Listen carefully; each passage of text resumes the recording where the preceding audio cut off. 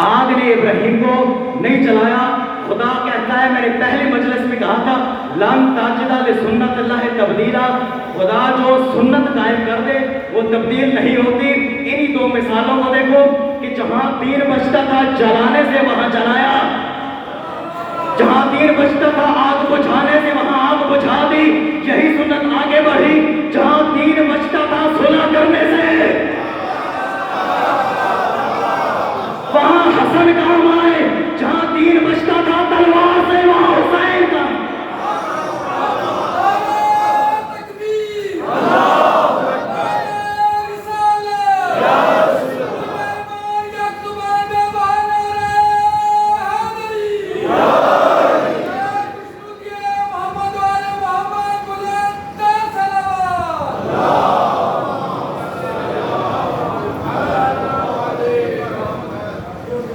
جزاک اللہ خیرہ. ان دونوں بھائیوں کے کام کو مختلف نہ کہنا. ہاں فرق یہ تھا کہ جن لوگوں کا سامنا امام حسن سے تھا، امام حسن نے ان کو ایکسیپٹ نہیں کیا تھا، مجبوراً صلح کی تھی تو وہ شرائط پہ رکھی تھی کہ میں حاضری دینے کا پابند نہیں ہوں گا اور بعد میں خلافت ہمیں واپس دی جائے گی، اور بہت سی شرائط رکھی تھی. لیکن جس کا سامنا امام حسین سے تھا، وقت کے امام کہتے ہیں، اس وقت کے امام مولا حسین فرماتے ہیں کہ یہ بندہ اعلانیہ طور پہ سب کے سامنے شراب پیتا ہے، فاسق ہے، اعلانیہ قاتل نفس محرمہ محترم لوگوں کا قاتل ہے، اس وجہ سے میں بیعت نہیں کر سکتا. میں ذرا بات کو آسان کر دوں کہ بات اتنی سی تھی. بات یہ تھی کہ آپ لوگ زیارت وارثہ پڑھتے ہیں، سب لوگ زیارت وارثہ کے جو جملے ہیں، ہم جب مولا حسین کو سلام پیش کرتے ہیں جملے کیا ہوتے ہیں؟ السلام علیکہ یا وارثہ آدم صفوت اللہ، السلام علیکہ یا وارثہ نوح نبی اللہ. اور تمام انبیاء کا نام لے کے مولا حسین کو وارث بناتے ہیں اور ہم اس بات کی تصدیق کرتے ہیں. تو بات اتنی ہی تھی، امام حسین نے جو بیعت کا انکار کیا تھا وہ اس لیے کیا تھا کہ دیکھو میں نے چونکہ محمد پہ بیعت کر دی، چونکہ مجھ حسین نے محمد کے نام پہ بیعت کی ہے، میری مجبوری یہ ہے کہ میرے سر پہ تمام انبیاء کی دستار ہے. میں حسین آدم کی دستار کا بھی وارث ہوں، موسیٰ کی بھی دستار کا وارث ہوں، نوح کی بھی دستار کا وارث ہوں، عیسیٰ کی بھی دستار کا وارث ہوں. میں تمام انبیاء کی دستار کا وارث. میرے سر پہ محمد مصطفیٰ کی بھی دستار ہے، میرے سر پہ علی مرتضیٰ کی بھی دستار ہے، میرے سر پہ میرے بھائی حسن کی بھی دستار ہے، اور جو یزید ہے اس کے سر پہ تمام شیطانوں کی دستار تھی. اب میری مجبوری ہے اگر حسین بیعت کر دے، یہ حسین کی طرف سے یزید کی بیعت نہیں ہے، یہ آدم کی طرف سے ابلیس کی بیعت، یہ نوح کی طرف سے اس دور کی قوم کی بیعت، یہ موسیٰ کی طرف سے فرعون کی بیعت، یہ عیسیٰ کی طرف سے اس دور کے جاہلوں کی بیعت، یہ محمد کی طرف سے ابو جہل کی بیعت، یہ علی کی طرف سے اس دور کے حکمرانوں کی بیعت، یہ حسن کی طرف سے بنو امیہ کی بیعت. لہذا مثلی لا یبایع مثلا، مجھ جیسا پاک کردار کا وارث تجھ جیسے نجس کردار کی بیعت نہیں کر.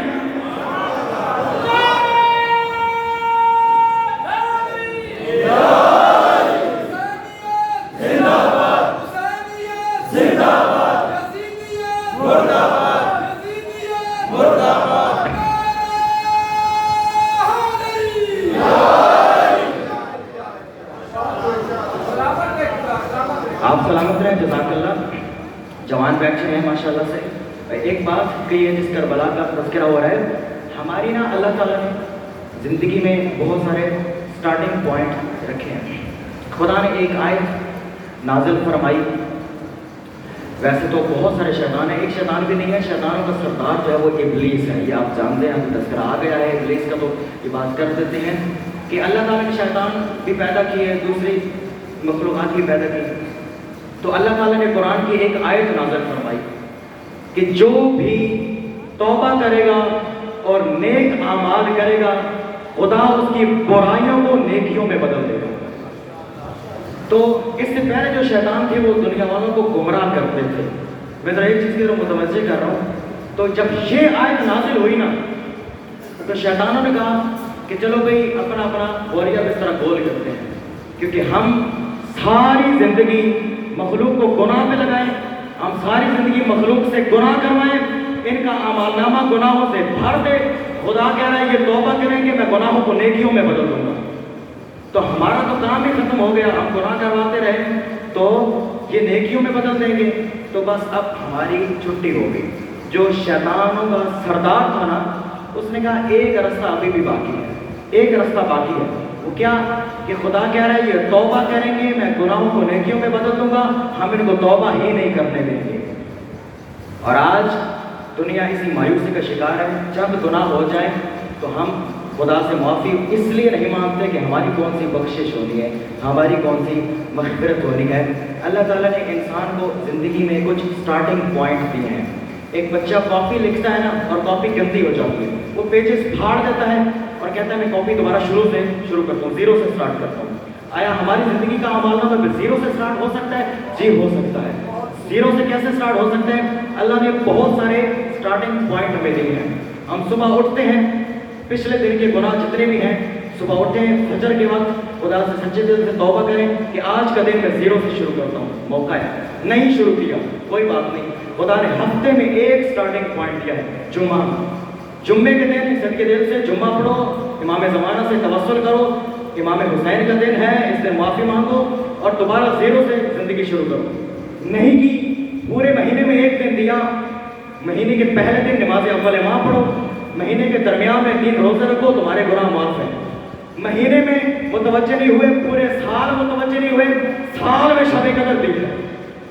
پورے سال میں 3 راتیں ہیں, ان 3 راتوں میں نیکیاں کر لو, معافی مانگ لو, تمہارا سارا اعمال نامہ صاف ہے.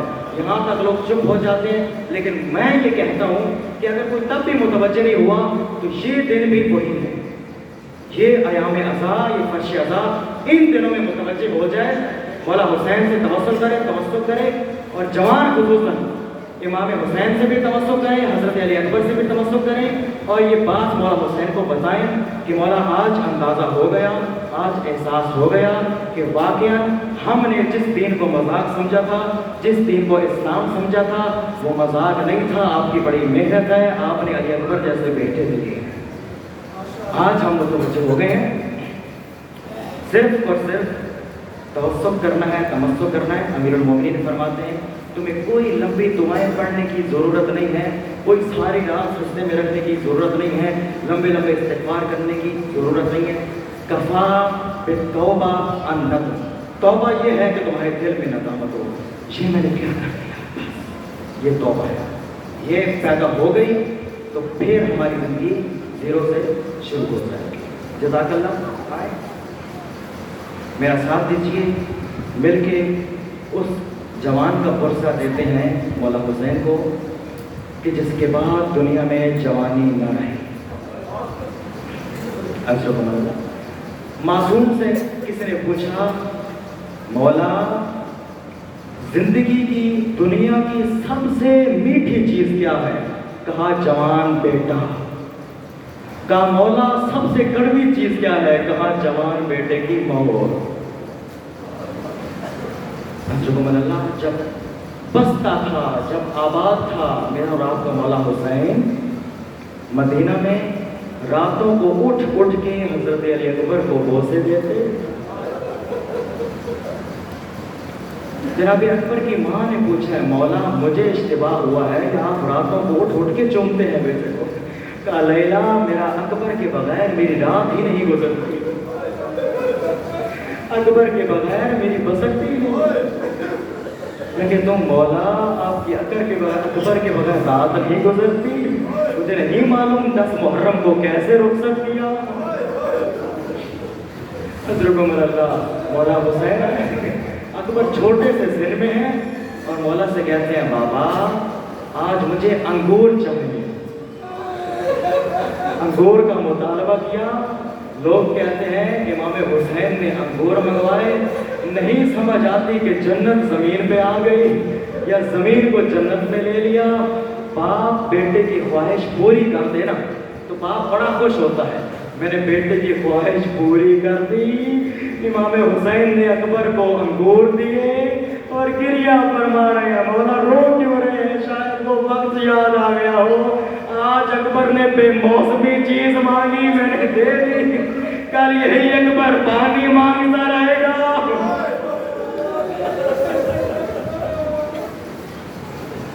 حضرت اللہ کچھ ہستیوں کا بڑا مشکل ودا ہے.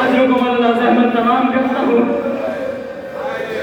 اکبر کو اٹھانے لگے نہ اٹھ نہ پائے, لاشا اٹھا نہ پائے. جب مسلم کے بیٹے کا لاشا گرا تھا حسین پہلے پہنچے. جب ہور کے بیٹے کو اٹھانا تھا حسین پہلے پہنچے. اور نے کہا تھا آقا جان کیوں زحمت فرمائی؟ کہا ہور جوان بیٹے کا لاشا بوڑھے باپ سے نہیں اٹھتا. مولا بڑا احسان تھا آپ کو, بڑا احسان تھا آپ کو. آج اکبر کا لاشا اٹھانے لگے, بیٹھ گئے, خیموں میں آواز دی اور جتنے بھی بچ گئے میری مدد کو آؤ. حضرت اللہ وہ جتنے بھی بچ گئے میری مدد کو آؤ. جوان بیٹے کا لاشا اٹھانا ہے. وہ اکبر کے لاشے کو کسی نے بازو سے اٹھایا, کسی نے پاؤں اٹھائے, کسی نے سر کو سہارا دیا. مولا پھر بھی اکبر کو لاشا اٹھانے کے لیے جوان مل گئے تھے. تھوڑی دیر بعد حسین نے مارا جانا ہے. اب کوئی نہیں ہوگا جو حسین کا سر اٹھا کے گود میں.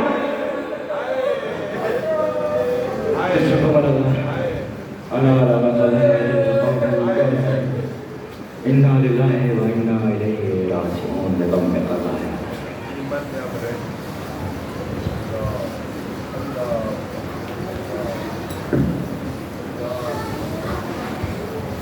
مومنین گرامی, مولا حسین کے